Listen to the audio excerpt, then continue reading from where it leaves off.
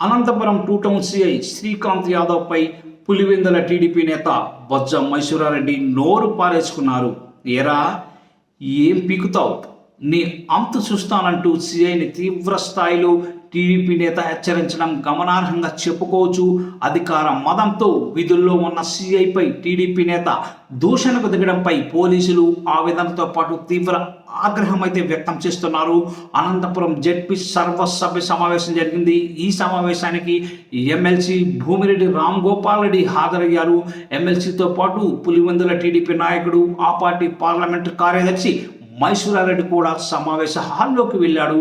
అనధికారులు, సభ్యులు కాని వారు సమావేశం నుంచి బయటకు వెళ్లాలని భద్రతా విధులు నిర్వహిస్తున్న అనంతపురం టూ టౌన్ సిఐ కోరారు. అయితే అధికార పార్టీ నాయకుడైన తనను బయటకు వెళ్ళమనడాన్ని అతను అవమానంగా భావించాడు. తనను ఎలా వెళ్ళమంటావంటూ సిఐతో అతను వాదనకు దిగాడు. ఇద్దరి మధ్య తీవ్ర స్థాయిలో వాగ్వాదం జరిగింది. సిఐపై అనుచిత వ్యాఖ్యలు చేయడంతో సహచర పోలీసు అధికారులకు కోపం వచ్చింది.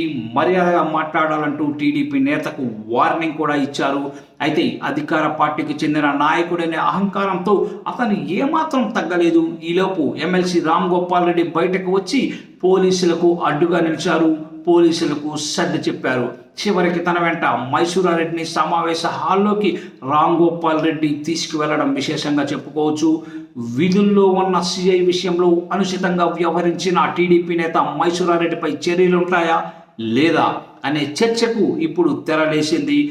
ఇదే వైసీపీ నాయకులైతే ఒక్క నిమిషం కూడా ఆలస్యం చేయకుండా వెంటనే కేసు పెట్టి అరెస్టు చేసి జైల్లో పెట్టే వాళ్ళనే మాటలు ఇప్పుడు వినిపిస్తున్నాయి. కానీ సిఐని పట్టుకొని ఏం పీకుతావు, ఏరా పోరా అంటూ తూలనాడిన ఇంతవరకు సంబంధిత అధికారులు మాట్లాడకపోవడం, స్పందించకపోవడం ఆశ్చర్యం కలిగిస్తుందని ప్రత్యర్థులు కూడా విమర్శలు గుప్పిస్తున్నారు.